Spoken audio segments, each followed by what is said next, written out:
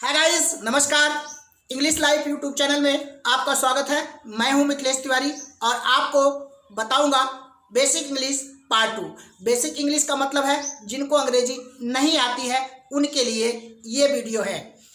तो सेंटेंस अर्थात वाक्य, सेंटेंस वाक्य शब्दों का वह समूह जो एक पूर्ण भाव देता है उसको बोलते हैं हम सेंटेंस या वाक्य। और इस सेंटेंस के दो भाग, सब्जेक्ट और प्रेडिकेट। सब्जेक्ट, प्रेडिकेट, सेंटेंस के दो भाग। हम आपको बताना चाह रहे हैं किसी भी सेंटेंस में जो सब्जेक्ट है वो क्या क्या हो सकता है।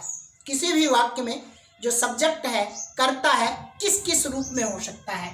तो ये सब्जेक्ट जो है वो एज ए नाउन अर्थात संज्ञा हो सकती है, नाउन फ्रेज हो सकता है, एक संज्ञा वाक्य हो सकता है, एज ए प्रोनाउन सब्जेक्ट हो सकता है अर्थात सर्वनाम के रूप में हो सकता है, एज ए इन्फिनिटिव इन्फिनिटिव के रूप में हो सकता है, एज अ जीरेंड जीरेंड के रूप में हो सकता है और एडजेक्टिव फ्रेज के रूप में सब्जेक्ट हो सकता है किसी भी सेंटेंस में। तो यही मैं बताना चाह रहा हूँ कि सब्जेक्ट जो है वो नाउन हो सकता है अर्थात संज्ञा हो सकती है, नाउन फ्रेज हो सकता है, प्रोनाउन सर्वनाम हो सकती है, इन्फिनिटिव हो सकती है, जीरेंड हो सकता है, एडजेक्टिव फ्रेज या एडजेक्टिवल फ्रेज हो सकता है किसी भी सेंटेंस में सब्जेक्ट के रूप में। ठीक है, वाक्य देख लेते हैं। Ram is a good boy. Ram यहाँ का जो है वो सब्जेक्ट है और राम सिंगुलर सब्जेक्ट है और किसी एक व्यक्ति का नाम है तो सब्जेक्ट है और नाउन है, सिंगुलर नाउन है। सब्जेक्ट है राम और नाउन है, नाउन में क्या है, सिंगुलर नाउन है, एक वचन का करता है। तो ये जो है सब्जेक्ट है और इज अ गुड बॉय का प्रेडिकेट पार्ट हुआ। अर्थात अगर हम कहें कि सब्जेक्ट को छोड़कर वाक्य का जो शेष भाग होता है वो प्रेडिकेट होता है। अर्थात सब्जेक्ट का मतलब है उद्देश्य और प्रेडिकेट का मतलब है विधेय।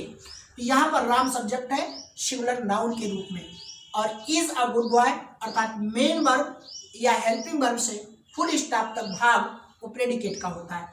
तो यहाँ पर जो राम है वो नाउन सब्जेक्ट के रूप में है और दूसरा sentence he is a good boy.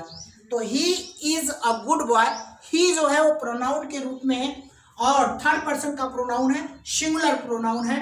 तो नाउन के स्थान पे अर्थात राम के स्थान पर यहाँ ही आया तो he is a good boy, he यहाँ का सब्जेक्ट है और इज अ गुड बॉय यहाँ का प्रेडिकेट है। तो सब्जेक्ट के रूप में नाउन हो सकता है अर्थात नाम राम जो है वो नाउन है और ही जो है वो प्रोनाउन है, नाउन है राम। अब अगला सेंटेंस देख लेते हैं। To go is to come अर्थात जाना ही आना है। ये इन्फिनिटिव के रूप में है, सब्जेक्ट के रूप में और यहाँ पर इज मेन वर्ब है, इज मेन वर्ब है, इज मेन वर्ब है। ठीक है, अब टू गो इन्फिनिटिव है अर्थात वर्ब की फर्स्ट फॉर्म से पहले अगर टू लग जाता है, टू प्लस वर्ब की फर्स्ट फॉर्म होती है वो इन्फिनिटिव होती है और अर्थ क्या होता है, ना ने नी देने लगता है। तो यहाँ पर to go is to come अर्थात जाना ही आना है। तो टू यहाँ टू गो जो है वो यहाँ का क्या है, सब्जेक्ट है अर्थात इन्फिनिटिव सब्जेक्ट के रूप में हो सकती है किसी सेंटेंस में। तो नाउन हो सकता है सब्जेक्ट के रूप में, प्रोनाउन हो सकता है किसी के रूप में और इन्फिनिटिव हो सकती है सब्जेक्ट के रूप में। अगला देख लेते हैं। Going is coming. अब यहाँ पर जीरेंड है क्योंकि गो प्लस आईएनजी है, वर्ब प्लस आईएनजी जब हो जाती है तो जीरेंड हो जाती है और जीरेंड जो है वो भी ना नेनी का अर्थ देने लगता है। तो गोइंग इज कमिंग, यहाँ है to go is to come अर्थात जाना ही आना है, यहाँ वही अर्थ है जाना ही आना है। टू गो भी ना नेनी और गोइंग भी ना नेनी। तो सब्जेक्ट जो है वो इन्फिनिटिव हो सकता है, टू गो हो सकता है, गोइंग भी हो सकता है, नाउन भी हो सकता है, प्रोनाउन भी हो सकता है। और नेक्स्ट देख लेते हैं एडजेक्टिव फ्रेज या एडजेक्टिवल फ्रेज के रूप में। एन ओल्ड मैन यहाँ का सब्जेक्ट है।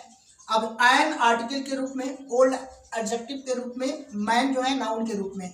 तो जो है ओल्ड कौन है, मैन है, आदमी की विशेषता क्या है, ओल्ड है। ठीक है, ये जो है यहाँ का सब्जेक्ट हो गया और केम यहाँ का मेन वर्ब हुआ, केम हियर यहाँ का प्रेडिकेट हो गया। तो ये जो है एडजेक्टिव फ्रेज भी यहाँ का क्या हो सकता है, सब्जेक्ट हो गया। तो कहने का मतलब है कि किसी भी सेंटेंस में सब्जेक्ट जो है नाउन हो सकता है, नाउन फ्रेज हो सकता है, और प्रोनाउन हो सकता है, इन्फिनिटिव हो सकता है, जीरेंड हो सकता है, एडजेक्टिव फ्रेज हो सकती है। अब हम थोड़ा सा भाग जान लेते हैं। सब्जेक्ट कोई है, वो सब्जेक्ट सिंगुलर और प्लूरल दो भागों में होगी, अर्थात सब्जेक्ट सिंगुलर भी हो सकती है, प्लूरल भी हो सकती है। सब्जेक्ट एक वचन का भी हो सकता है, सब्जेक्ट बहुवचन का भी हो सकता है। ठीक है, एक वचन का कर्ता सब्जेक्ट के रूप में हो जाएगा, बहुवचन का कर्ता जो है अर्थात सिंगुलर और प्लूरल सब्जेक्ट हो सकते हैं। अब हम नाउन की बात करें तो नाउन जो है सिंगुलर और प्लूरल हो सकता है। नाउन जो है सिंगुलर और प्लूरल हो सकता है, अर्थात वो संज्ञा जो है किसमें, सिंगुलर एक वचन में और बहुवचन में हो सकती है, और प्रोनाउन जो है वो भी सिंगुलर और प्लूरल में हो सकता है। तो सब्जेक्ट सिंगुलर और प्लूरल, नाउन सिंगुलर और प्लूरल, प्रोनाउन सिंगुलर और प्लूरल, और वर्ब सिंगुलर और प्लूरल। अब इसी चीज पर टिका हुआ है टोटल ग्रामर, क्योंकि ये आधार है, नींव है, अगर ये आ गई तो आपको आ गया। तो सब्जेक्ट सिंगुलर और प्लूरल, और नाउन सिंगुलर और प्लूरल, प्रोनाउन सिंगुलर और प्लूरल, वर्ब सिंगुलर और प्लूरल। अब इस चीज को हम अगले पार्ट में दे रहे हैं, पार्ट 3 में। फिलहाल आज के लिए इतना ही, मिलता हूं कुछ नया लेकर के। धन्यवाद, नमस्कार।